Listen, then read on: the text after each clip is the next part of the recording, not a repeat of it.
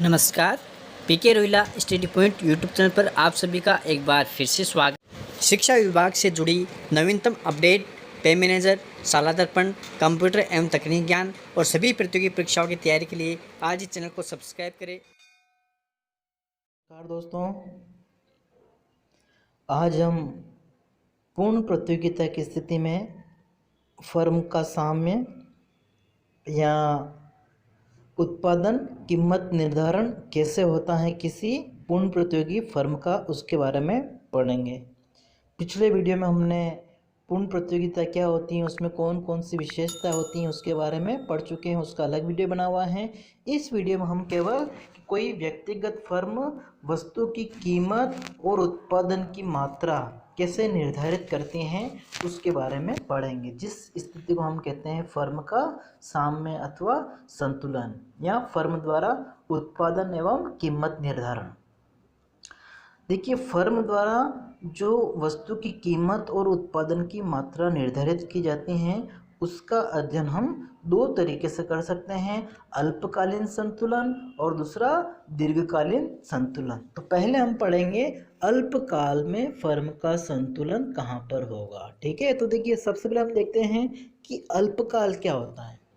अल्पकाल का संबंध किसी 1 वर्ष, 2 वर्ष या 3 वर्ष इनसे नहीं होता है। ठीक है, अल्पकाल का मतलब अर्थशास्त्र में किससे होता है कि ऐसी समयावधि जिसमें फर्म जो होती हैं वो मांग के अनुसार उत्पादन की मात्रा में परिवर्तन नहीं कर सकती हैं। मांग बढ़ जाए या घट जाए, लेकिन मांग के अनुसार उत्पादन की जो मात्रा है, पूर्ति है, उसमें परिवर्तन नहीं कर सकती हैं। कोई नया प्लांट है,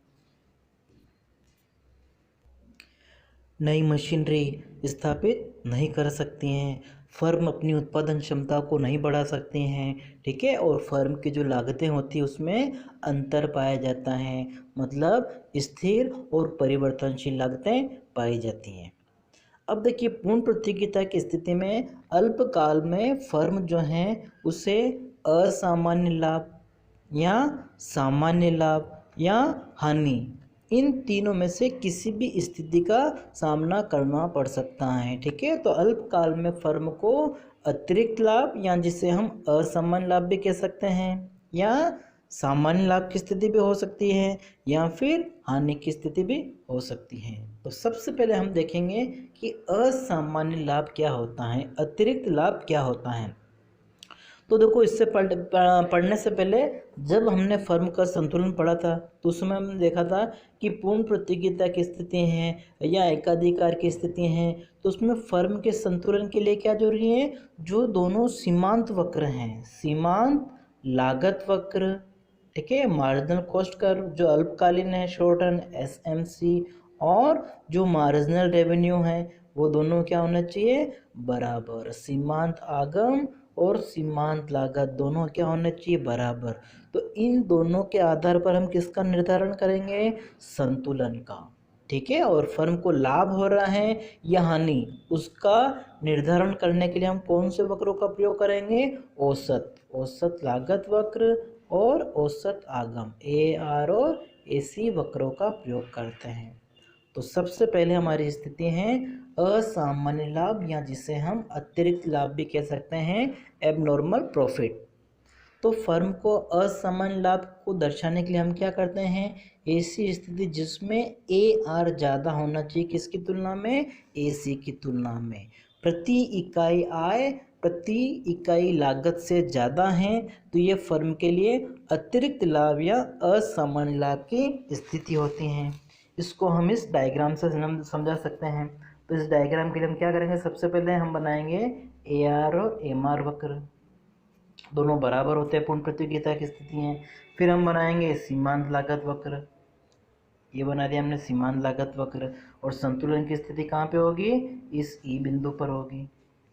क्यों, क्योंकि यहाँ पर जो हमारा सीमांत लागत वक्र है और सीमांत आगम वक्र दोनों क्या हैं, बराबर है। ठीक है, और सीमांत लागत वक्र बढ़ता हुआ भी है। तो इस स्थिति में संतुलन की जो हमारी पहली शर्त है वो कहाँ पे पूरी हो रही है, इस E बिंदु पर। ठीक है, तो इस स्थिति में हम देखेंगे कि वस्तु की कीमत का जो निर्धारण हो रहा है वो कितना है, O से लेकर P। ठीक है, अब हमको पता कैसे चलेगा कि फर्म को अतिरिक्त लाभ हो रहा है? ठीक है, तो उसके लिए हम वस्तु की जो कीमत है AR कितनी है, O से लेकर P, इसकी तुलना करेंगे हम किससे? औसत लागत से। तो इस डायग्राम में हमको फिर औसत लागत वक्र बनाना पड़ेगा। तो हमने औसत लागत वक्र जो यू आकार का होता है वो खींच लिया है इस तरीके से। ये बन गया हमारा औसत लागत वक्र। ठीक है, इसमें जैसे बना रखा हमने ये। अब हम देखते हैं कि वस्तु की कीमत कितनी है, O से लेकर P है। ठीक है, कैसे पता चल रहा है? हम AR देख रहे हैं। ठीक है, AR वक्र देखेंगे उससे पता चल जाएगा कीमत कितनी है O से लेकर P। और प्रति इकाई लागत कितनी है, तो वो देखने के लिए हमको क्या देखना पड़ेगा कि इस उत्पादन स्तर पर AC कितना है। तो AC देखते हैं हम, तो कितना नज़र आ रहा है हमको? Q से लेकर T तक है। ठीक है, प्रति इकाई लागत कितनी है? Q से लेकर T या O से लेकर P1 तक, ये प्रति इकाई लागत है। और मिल कितना रहा है? O से लेकर P तक या Q से लेकर E तक। तो लागत से कितना ज़्यादा मिल रहा है? ET या P से लेकर P1 तक। तो ये क्या है? प्रति इकाई लाभ। और कुल लाभ की हम बात करेंगे तो कुल लाभ कितना है? ये पूरा PET P1 इस क्षेत्र के बराबर है। ठीक है, ये फर्म का अतिरिक्त लाभ है। ठीक है दोस्तों, तो ऐसी स्थिति में वस्तु की जो कीमत है वो कितनी निर्धारित हुई? O से लेकर P। और उत्पादन की मात्रा कितनी निर्धारित हुई? O से लेकर Q। अब हम देखते हैं दूसरी स्थिति। ठीक है, सामान्य लाभ। तो सामान्य लाभ की स्थिति में क्या होना चाहिए? AR और AC दोनों क्या होना चाहिए? बराबर। प्रति इकाई जितनी लागत है उतनी ही प्रति इकाई आगम है। ठीक है, वस्तु की जो प्रति इकाई लागत माना कि 10 रुपये है, तो प्रति इकाई आय भी कितनी होनी चाहिए? 10 रुपये। ठीक है, तभी इस स्थिति को हम क्या कहते हैं? सामान्य लाभ। न तो लाभ हो रहा है न हानि। ठीक है, तो इस स्थिति को दर्शाने के लिए हमने जैसे वक्र बनाया है। तो सबसे पहले हम AR और MR वक्र बनाएंगे, फिर सीमांत लागत वक्र बना दिया हमने अल्पकालीन, फिर E बिंदु पर यह संतुलन की स्थिति है। ठीक है, अब वस्तु की कीमत कितनी है, AR कितनी है, O से लेकर P तक है। ठीक है, यहाँ हम कह सकते हैं Q से लेकर E तक है। जब कीमत वस्तु की इतनी है तो औसत लागत भी इतनी होनी चाहिए। तो ऐसी स्थिति में औसत लागत वक्र हम इस E बिंदु पर स्पर्श करता हुआ बना देते हैं। तो ऐसी स्थिति में हम देखते हैं वस्तु की प्रति इकाई कीमत कितनी है, O से लेकर P या E से लेकर Q। और प्रति इकाई लागत भी कितनी है, O से लेकर P तक की है या Q से लेकर E तक की है। तो ये स्थिति हो गई हमारी सामान्य लाभ की। तीसरी स्थिति अल्पकाल में पूर्ण प्रतियोगिता में फर्म को हानि की स्थिति भी हो सकती है। और हानि की स्थिति के लिए क्या कंडीशन है? औसत लागत जो है वो ज़्यादा होनी चाहिए औसत आगम की तुलना में। ठीक है, मतलब एवरेज रेवेन्यू कम होनी चाहिए एवरेज कॉस्ट से। तो इसको समझाने के लिए हम इस रेखा चित्र में जैसे सबसे पहले AR और MR बना लेते हैं, फिर हमने बना लिया अल्पकालीन सीमांत लागत वक्र, फिर E बिंदु पर हमारी हो गई है संतुलन की स्थिति। ऐसी स्थिति में वस्तु की जो कीमत है वो कितनी होगी, O से लेकर P। और उत्पादन की मात्रा कितनी होगी, O से लेकर Q। अब देखिए वस्तु की कीमत कितनी है, O से लेकर P तक है। ठीक है, एवरेज रेवेन्यू जो है हमारी कितनी है, O से लेकर P तक है या E से लेकर Q तक हम कह सकते हैं। ठीक है, E से लेकर Q तक है। अब लागत इसकी तुलना में क्या होनी चाहिए, ज़्यादा होनी चाहिए। तो जो ये हमारा AR वक्र है इससे हम ऊपर की तरफ बना देंगे हमारा औसत लागत वक्र। जैसे हमने ये बना दिया हमारा औसत लागत वक्र। तो ऐसी स्थिति में हम देखते हैं इस E को हम E1 तक मिला देते हैं। तो यहाँ हम देखते हैं प्रति इकाई जो हानि है वो फर्म की कितनी है, E से लेकर E1 तक या P से लेकर P1 तक प्रति इकाई हानि है। कैसे पता चल रहा है? ये वस्तु की जो कीमत है AR है वो कितनी है, O से लेकर P तक ही है, जबकि औसत लागत कितनी है, O से लेकर P1 तक है।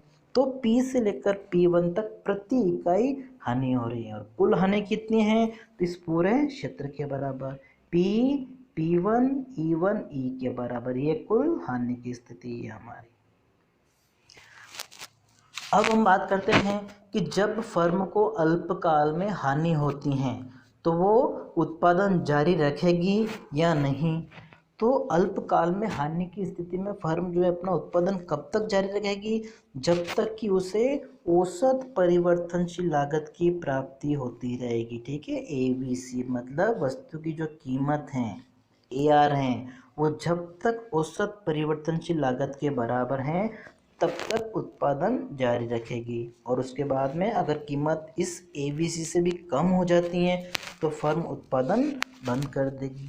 तो हम यहाँ पर अब ABC वक्र खींच लेते हैं। ठीक है, हानि कितनी हो रही है फर्म को, P1 E1 E के बराबर, और वस्तु की कीमत कितनी है, O से लेकर P। तो जब तक OP के बराबर फर्म को औसत परिवर्तनशील लागत की प्राप्ति होती रहेगी तब तक फर्म उत्पादन जारी रखेगी। तो E बिंदु जो है हमारा वो उत्पादन जारी रखने का, या जिसको हम उत्पादन बंदी बिंदु भी कह सकते हैं। मतलब E बिंदु से कीमत अगर कम हो जाती है, मतलब वस्तु की कीमत अगर OP से कम हो जाएगी तो फिर फर्म अपना उत्पादन बंद कर देगी। ठीक है, फर्म क्या चाहेगी अल्पकाल में, कि कम से कम उसे अल्पकाल में परिवर्तनशील लागतों की प्राप्ति हो। ठीक है, कम से कम फर्म अल्पकाल में चाहेगी कि उसे औसत परिवर्तनशील लागत जो है उसकी प्राप्ति हो। ठीक है, तो जब औसत परिवर्तनशील लागत से कीमत कम हो जाएगी तो फर्म अपना उत्पादन बंद कर देगी। ठीक है, तो ये 3 स्थितियां हमने पढ़ी हैं अल्पकाल में। अब हम बात करते हैं दीर्घकाल की। तो दीर्घकाल क्या स्थिति होती हैं, जिसमें फर्म क्या कर सकती हैं, वस्तु की मांग के अनुसार पूर्ति में परिवर्तन कर सकती हैं। पूर्ण प्रतियोगिता है तो इस स्थिति में नई फर्मों का प्रवेश हो सकता है, पुरानी फर्म छोड़ के जाना चाहे तो जा सकती हैं। अब दीर्घकाल की बात करते हैं। ठीक है, यदि दीर्घकाल में फर्मों को असामान्य लाभ होगा तो क्या होगा, बाजार में नई फर्मों का प्रवेश होगा, बहुत सारी नई फर्में आ जाएगी। ठीक है, और जब नई फर्मों का प्रवेश होगा तो ऐसी स्थिति में क्या होगा, वस्तु की पूर्ति बढ़ेगी, और वस्तु की उत्पादन की मात्रा, पूर्ति जब बढ़ती है तो कीमतें क्या हो जाएगी, कम हो जाएगी, और कीमत कम होकर कहाँ पे आ जाएगी, वापस सामान्य लाभ के स्तर पर, AR बराबर AC। तो इसी स्थिति में असामान्य लाभ नहीं हो सकता है। और यदि फर्मों को हानि, कोई फर्म जैसे दुर्बल फर्म है, अगर उसको हानि का सामना करना पड़ रहा है, तो हानि का सामना करना पड़ा तो वो फर्म क्या करेगी, बाजार को छोड़कर चली जाएगी। ठीक है, जिन जिन भी फर्मों को हानि हो रही है वो बाजार छोड़कर चली जाएगी, जिससे क्या होगा, अर्थव्यवस्था में उत्पादन की मात्रा या पूर्ति मात्रा में कमी हो जाएगी, और जब पूर्ति मात्रा में कमी होगी तो वस्तुओं की कीमतें क्या होगी, बढ़ेगी, और कीमत बढ़कर वापस कहाँ पे आ जाएगी, AR बराबर AC, मतलब सामान्य लाभ की स्थिति में।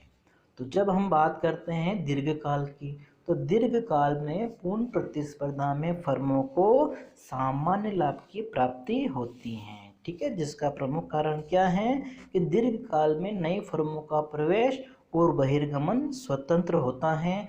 असामान्य लाभ की स्थिति है तो नई फर्मों का प्रवेश होगा, और हानि की स्थिति है तो फर्मों का बहिर्गमन होगा, और इसे हम इस रेखा चित्र के द्वारा समझ सकते हैं। ठीक है, सबसे पहले हम बनाएंगे AR बराबर MR वक्र, पूर्ण प्रतियोगिता की स्थिति, इसलिए पूर्ण प्रतियोगिता में AR और MR बराबर होते हैं। फिर हम बनाएंगे सीमांत लागत वक्र।